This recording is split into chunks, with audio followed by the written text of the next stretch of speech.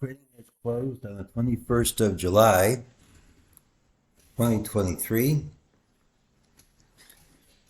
We start with our disclaimer, go over our calls, and make some predictions. It's my trading plan for Monday, which would be July 24th. Please remember, my calls can be completely wrong, and any trade you make should be made at your own risk. We looked for the pattern today with the early low, and that's what this is, and Monday's pattern should also have the early low. What we said was we didn't have anything that would assure us trading lower today. Nothing required it. We didn't trade lower. I didn't make a directional call. We closed essentially unchanged, so it's a good thing that I didn't. These are the patterns I expect to see during next week's trade. Well, here we have a decline. The decline stopped, and so far all we've had is backing and filling of the gap up. Now this is a pattern which usually closes near the high, and when it doesn't, it leads to lower prices the next day. But what counts, of course, isn't today's close, but Monday's open. Bulls can still save the pattern by gapping and promptly taking out these highs. And all I can say is anything's possible. Usually these declines late on Friday are going to follow through, but this isn't really declining right at the end here. It's kind of stalling. We'll take a look at this in just a minute. So I'm not certain it's going to follow through. Nothing stops us from going up Monday, at least at the open.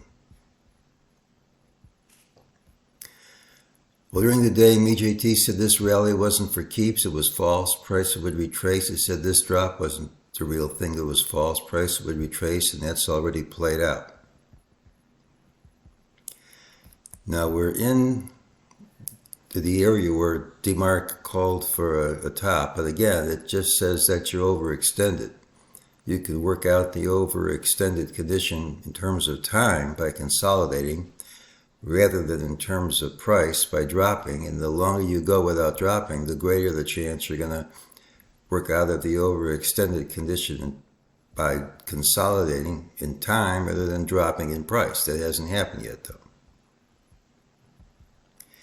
We have the daily signal. I would like to see a big drop start within 3 days. That's 2. I don't see a big enough drop yet. Doesn't mean you won't get one Monday, but the longer we go without having a big drop, the less likely this is going to reward the bears. The time has not run out yet. We now have a new 9-bar setup from Tom DeMark. You don't have to stop right here, but again, on the weekly chart, this is a common place for the rally to stop. So all these things are in alignment, and that's a pretty rare thing. When they all line up, it, in the past, has very often led to some pretty big moves. But until you confirm it by undercutting some of these lows, it doesn't mean anything. It could just play out over time by consolidating.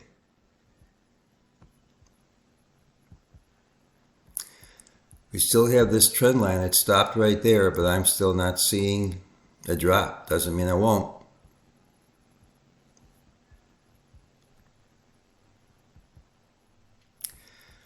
Well, we had a pretty clear count down from the top, but how are we supposed to count this?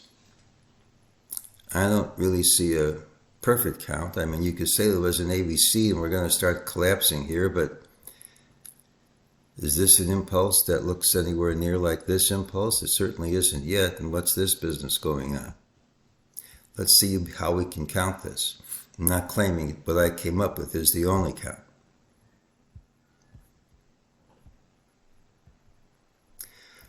Well, I have this as an A and a B. Now, the A count isn't particularly pretty, although it doesn't break any rules. You have an ABC, and C has a good fib relationship to A, and there's nothing stopping it from truncating. But if you look at B, you can see that A and C have a great Fibonacci relationship, and you can see that B of B is an ABC with C equal to A, and C of C is an ABC with C is a good Fibonacci relationship to A. So B is a lot prettier than A. This point here is really 2.618 times A, which makes it look a bit more pretty. But if that's the right count, there should be one more wave up. Let's take a look at this.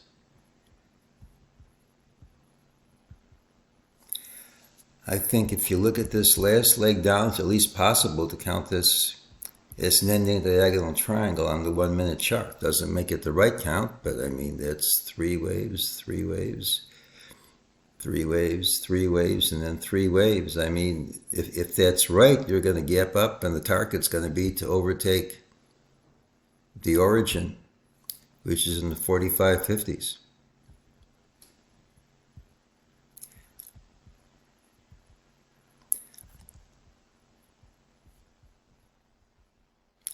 And I mean, this still doesn't change anything.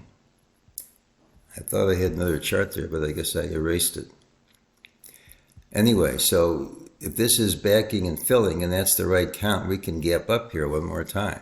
Of course, if we don't gap up and we start down, that's more in alignment with my thinking that we're going to have a drop here. It's just hard to come up with a count that says the drop starts now and we don't rally first. But just because I can't come up with something, that doesn't make it right.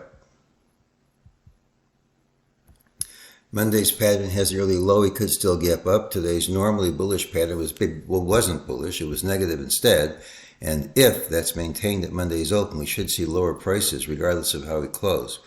But if you gap and promptly overtake today's high, that kills the pattern. Despite the market's indicators being in alignment on multiple time frames, it's hard for me to come up with an aesthetic count which allows for the decline to resume immediately. It would make a clearer picture if we were to rally first and then reject it. The rejection doesn't have to be on Monday. So that's what I would like to see. But I'm going to admit that drops into the close on Friday nearly always follow through at Monday's open. And if that happens, I'm just going to go with the trend and not worry about the count later.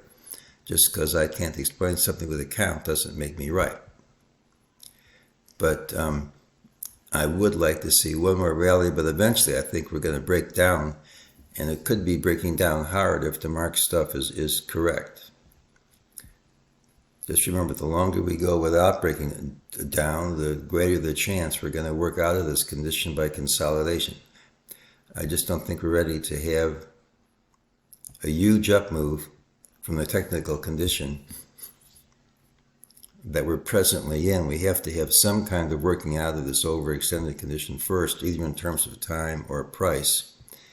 If we move up here, I would expect it to be rejected. It could be the same day, but doesn't have to be. It's the pattern with the early low, and that's today's call.